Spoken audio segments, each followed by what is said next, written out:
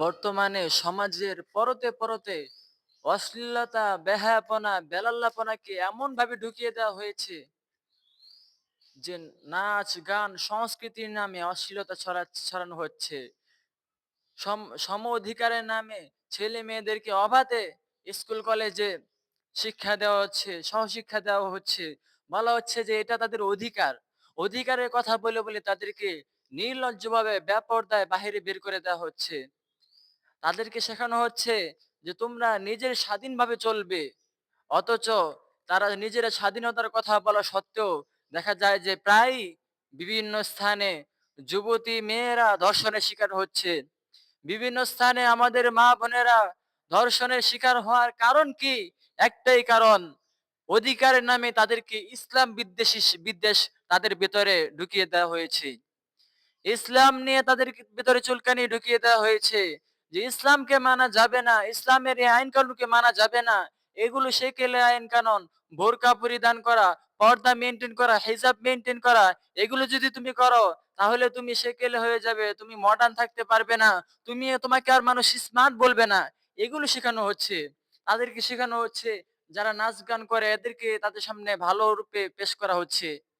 যারা অ্যাক্টর আছে তাদেরকে ভালো হিসেবে তাদের কাছে প্রেজেন্ট করা হচ্ছে।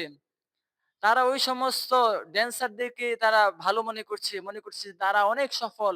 দুনিয়াতে মনে হয় তারা অনেক সম্মানের অধিকারী, কিন্তু স্পষ্ট কথা হলো আখিরাতে তাদের কোনো যাররা পরিমাণ সম্মান আল্লাহ সুবহানাহু ওয়া তাআলার কাছে থাকবে না। আখিরাতে আল্লাহর কাছ থেকে তারা নিম্ন পরিমাণ কোনো প্রতিদান তো পাবেই না, বরং হাজারো শাস্তির সম্মুখীন তাদেরকে হতে হবে। যতগুলো মানুষ তাদের এই সমস্ত অশ্লীল মুভিগুলো, অশ্লীল ড্রামাগুলো, অশ্লীল ড্যান্সগুলো, অশ্লীল সংগুলো শুনবে, সমস্ত মানুষের সমস্ত মানুষের গুনাহগুলো তাদের কাঁধে চাপিয়ে দেওয়া হবে। সুতরাং যদি কোনো একজন ব্যক্তির অশ্লীল যদি সেই সং যদি ধরেন যে কয়েক মিলিয়ন হলো ভিউ হলো, কয়েক মিলিয়ন ভিউ, এর মানে এই নয় যে সে অনেক বেশি ফেমাস হয়ে গিয়েছে, সে অনেক বেশি সম্মানিত হয়ে গিয়েছে।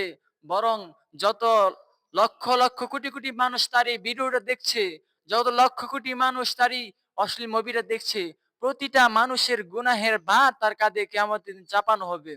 সুতরাং একটু চিন্তা করি যে এত লক্ষ কোটি মানুষের গুনাহের ভারকে আমি সহ্য করতে পারবো কিনা। কিয়ামতে আল্লাহ সুবহানাহু ওয়া তাআলা এত পরিমাণ আযাব দিবেন, আযাব ১ সেকেন্ড বরদাস্ত করার মতো কোন একজন ব্যক্তির কোন সক্ষমতা নেই। আসুন আমরা তওবা করি, আল্লাহর দিকে ফিরে আসি।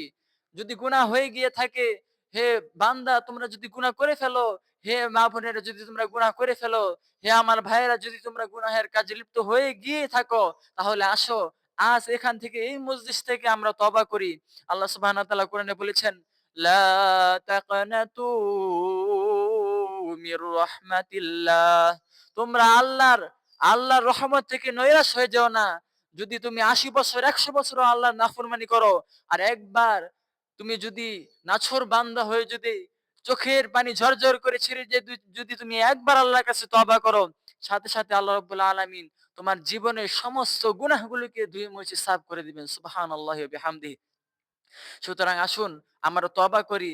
আজ থেকে আমরা সমস্ত প্রকার গুনাহ থেকে ফিরে আসি। সমস্ত প্রকার নাফরমানি থেকে আমরা ফিরে আসি। আমরা আল্লাহ রাব্বুল আলামিনের ভয়কে হৃদয়স্থান দেই। আমরা তাকওয়াবান হই, মুত্তাকি হই, পরহেজগার হই।